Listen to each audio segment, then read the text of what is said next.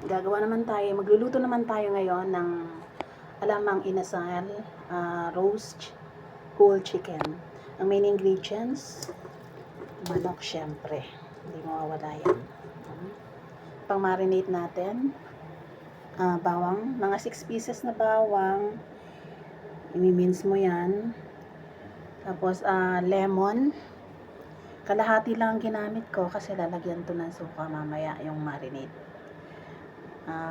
1/3 cup na brown sugar, half cup na soy sauce, and 1/4 cup na vinegar. Ngayon, ang gagawin natin is i-combine natin tong ingredients na to. Whole chicken. Ayan. Marinate na natin. Unang ilagay natin is soy sauce. Half soy sauce.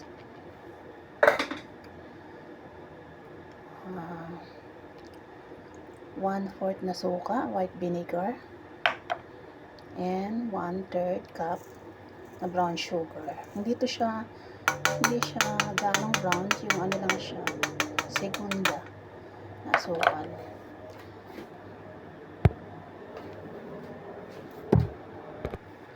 At 1/3 na oyster sauce pala.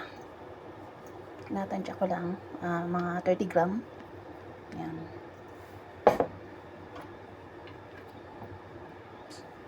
Saan natin i-rub sa kanyang buong katawan.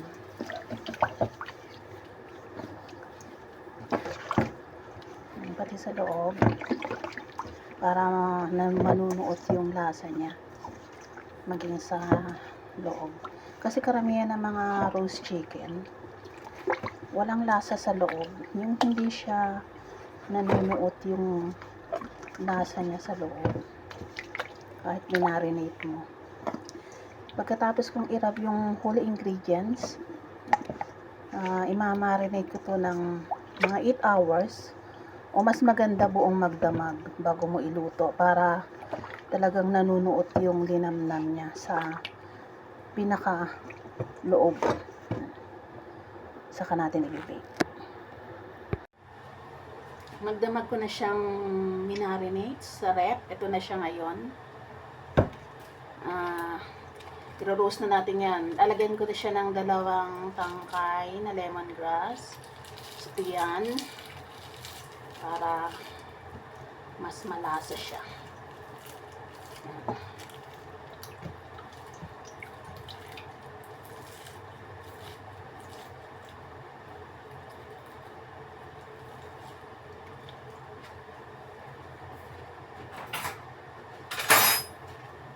Gamit tayo ng skewer, yung pang lagay sa oven para umikot siya. Skewer.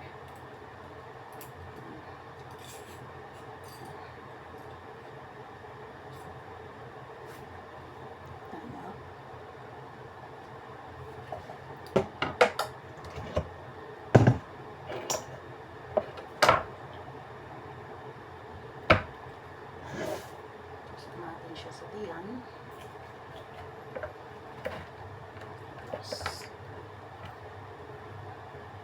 Siguraduhin lang natin na talagang nakakapit siya kasi kapag umikot siya, natatanggal yung hindi siya higpit ang pagkakapit. Ano na yung isa.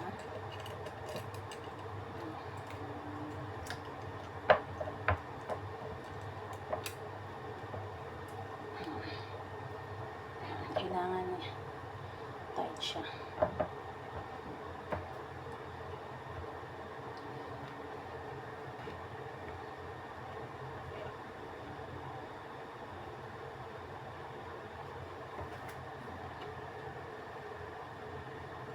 Tapos i-roast siya natin ng 1 hour.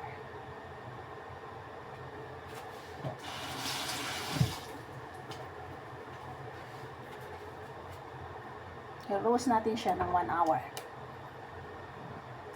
Handa ko na yung oven.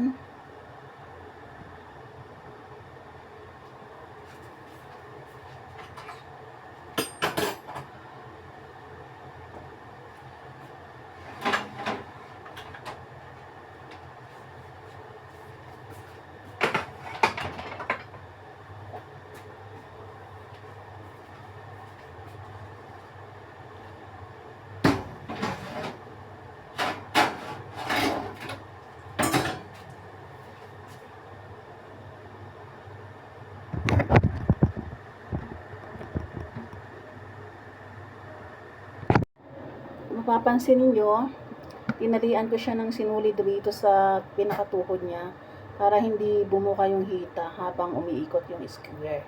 Ngayon, ready na po tayo para ilagay siya sa oven.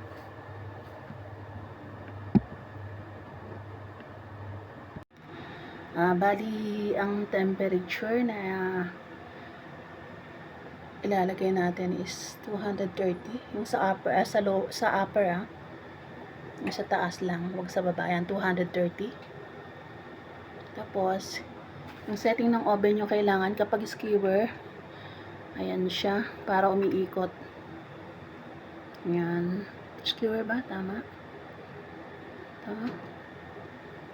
Okay, and then, press. Ayan, nakita niyo yung manok, umiikot na siya. Ayan. I-roast mo siya for 1 hour. Mamaya pagluto na, papakita ko sa inyo.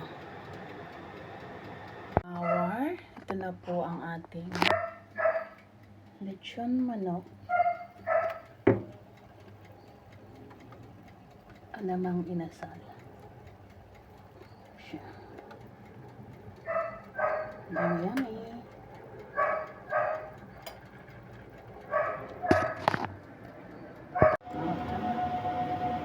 Ang finished pan.